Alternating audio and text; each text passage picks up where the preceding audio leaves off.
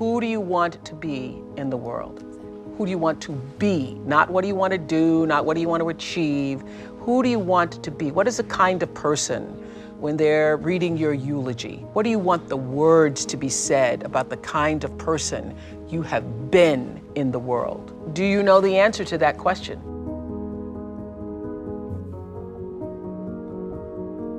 That I could ever know. On the porch, to actually count the 6 trees. And this is what I noticed, that I could dream the 6, but beyond the 6 trees in my kitchen window are 3,687 trees. How do I know? Because I had them counted. First day I was on the air doing my first talk show back in 1978, it felt like breathing, which is what your true passion should feel like. It should be so natural to you. And so I took what had been a mistake, what had been perceived as a failure with my career as an anchorwoman in the news business, and turned it into a talk show career that's done okay for me. And when you do, I want you to know this, remember this, there is no such thing as failure. Failure is just life trying to move us in another direction. Now, when you're down there in a hole, it looks like failure. So this past year, I had to spoon feed those words to myself.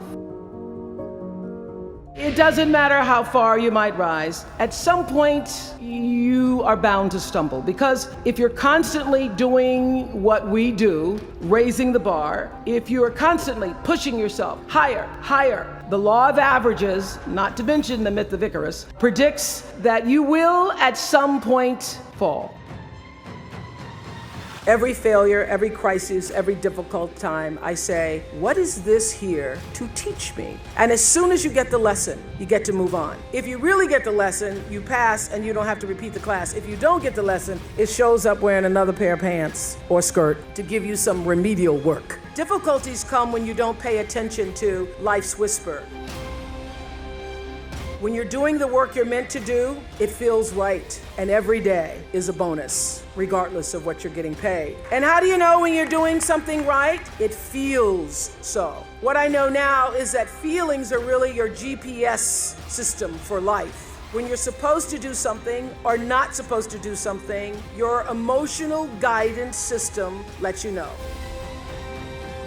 So doing the right thing, even when nobody knows you're doing the right thing, will always bring the right thing to you. I promise you that. Why? Because the third law of motion is always at work. For every action, there's an equal and opposite reaction. Learn from every mistake, because every experience, encounter, and particularly your mistakes are there to teach you and force you into being more of who you are. And then figure out what is the next right move. I'm telling you, when I laid it down and it didn't have me anymore, it had no control over me anymore. I didn't feel anything about it anymore. When I let it go, when I intentionally surrendered it to the power that was greater than I could ever know. When you make a decision to do the right thing, immediately you're faced with doubt. Was that the right thing? Was that the right decision? I don't know. Was that the right thing? You always know it's the right thing, when in the end, there is peace. You are rewarded by peace.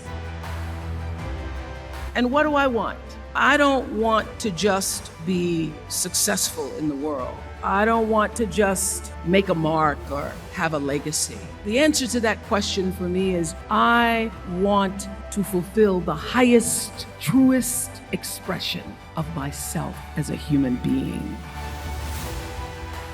If there are a lot of negative people in your life, don't look at them. Look at the energy that you are creating to attract them. Don't look at them, look at yourself. What are you doing to draw those people? Because if you are surrounded by negative people, there's a part of you that's willing to tolerate that. You must find a way to serve. Martin Luther King said that not everybody can be famous, but everybody can be great because greatness is determined by service. Service and the significance that you bring to your service is that which is lasting. I want to fulfill the promise that the Creator dreamed when He dreamed the cells that made up me.